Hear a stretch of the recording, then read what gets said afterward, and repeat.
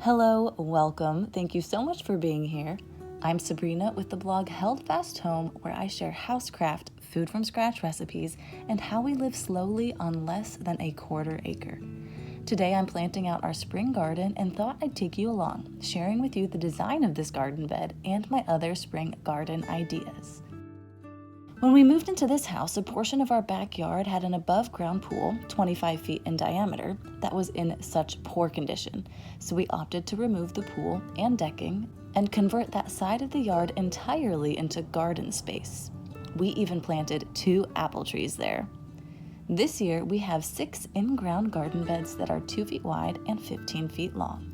One of these 6 garden beds will hold our spring crops, and that is the bed we are planting out today.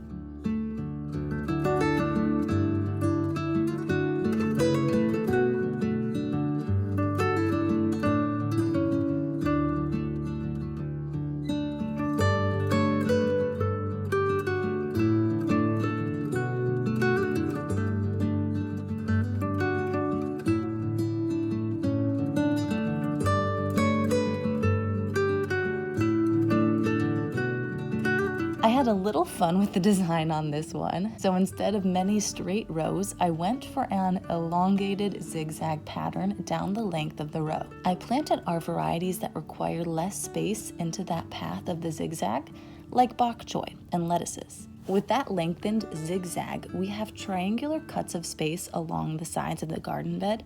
This is where I'll plant our plants requiring more growing space, like our cabbage and kale.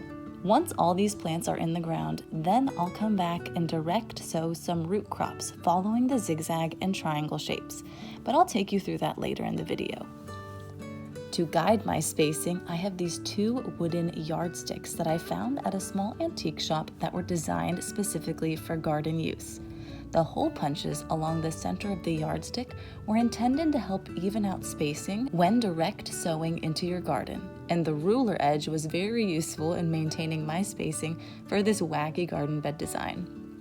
I use them together as a sort of XY grid to orient my plant spacing.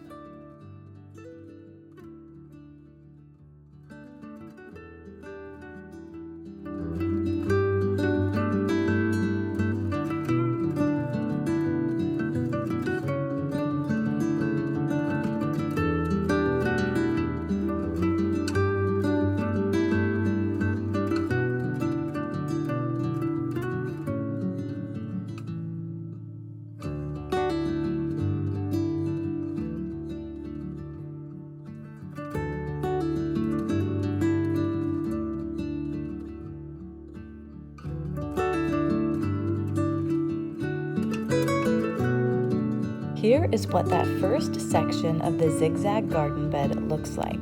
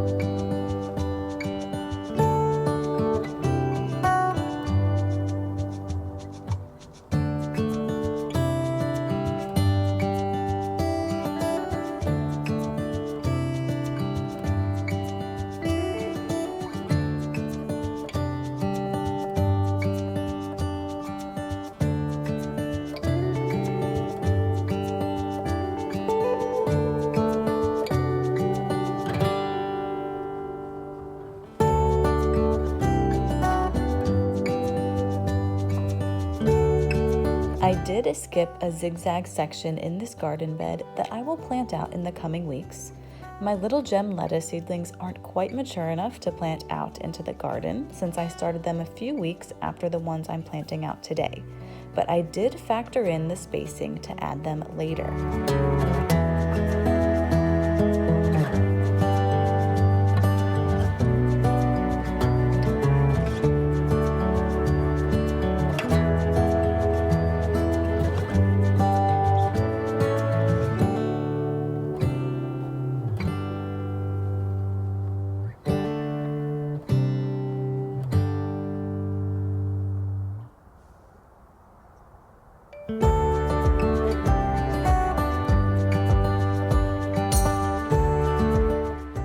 Now that we've finished planting out our seeds, let's direct sow some root crops.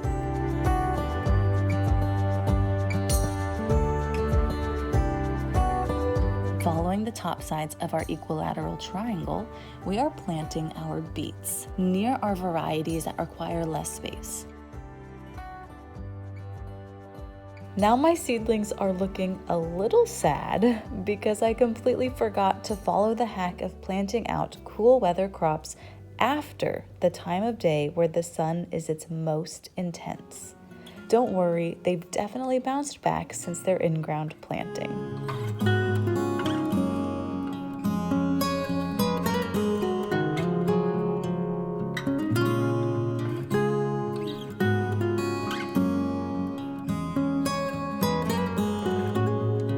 Our carrots are going along the bottom edge of that triangle.